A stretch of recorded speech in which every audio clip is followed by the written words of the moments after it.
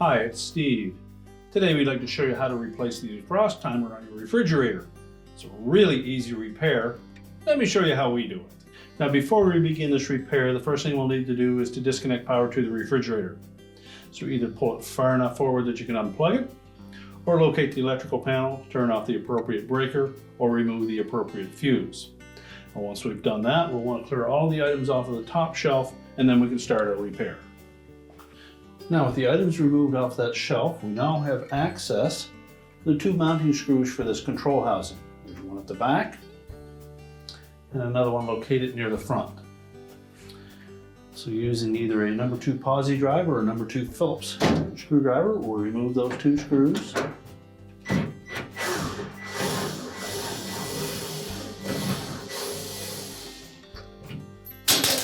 And be sure to support that assembly as you remove the second screw.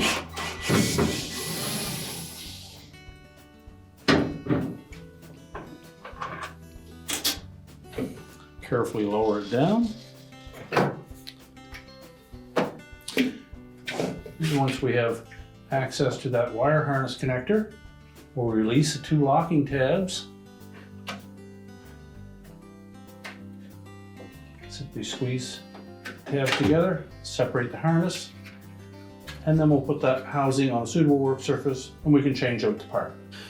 Now with the assembly removed from the refrigerator, we can then access the component.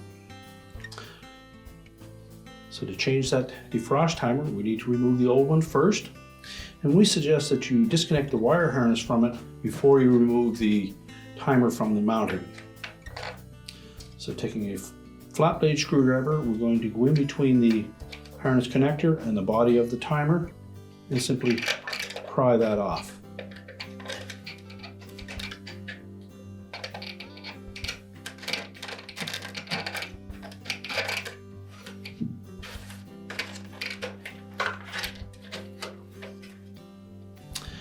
Then we just need to gently separate those plastic tabs that secure that timer to the housing.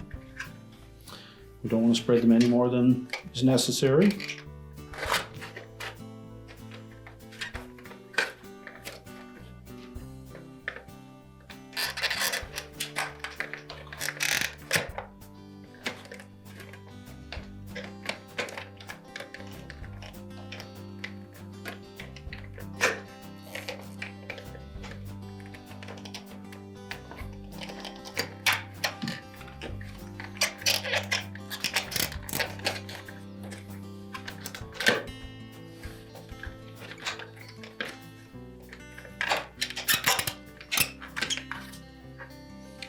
Then remove and discard the old timer.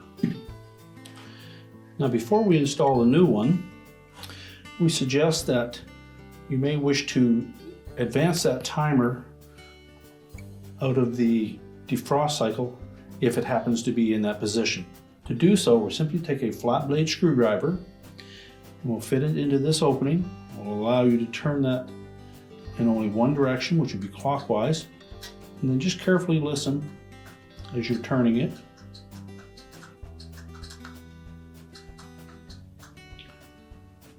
When you hear a loud snap, that would indicate that it is in the defrost mode.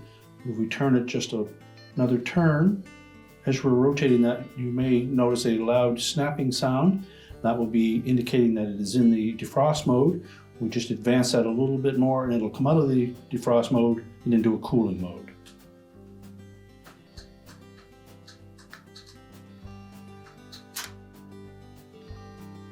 We heard a louder snap, that indicates it's in defrost, and just a little farther we hear another snapping sound that indicates that it's now into the cooling mode.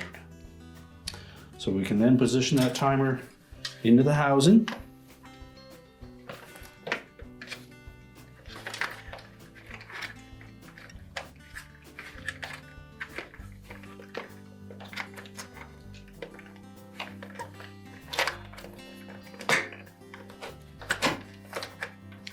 Make sure it snaps into place. We'll then reconnect that harness.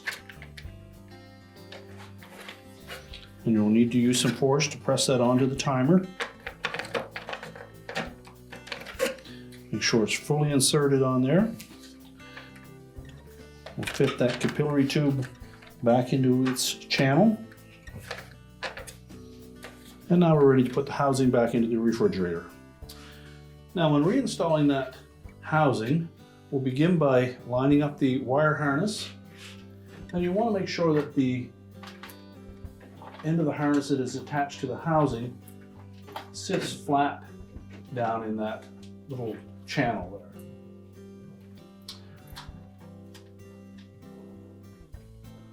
Harness will only connect one way.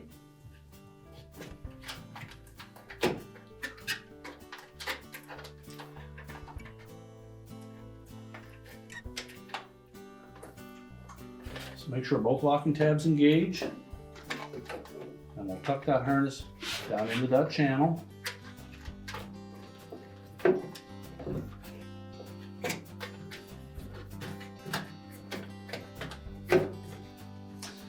Now we want to line up the back of that housing with the air duct from the freezer, as well as these shields on the side need to tuck into the edge of the housing. So it should lie flush against the ceiling of the fresh food compartment. And then reinstall the screws.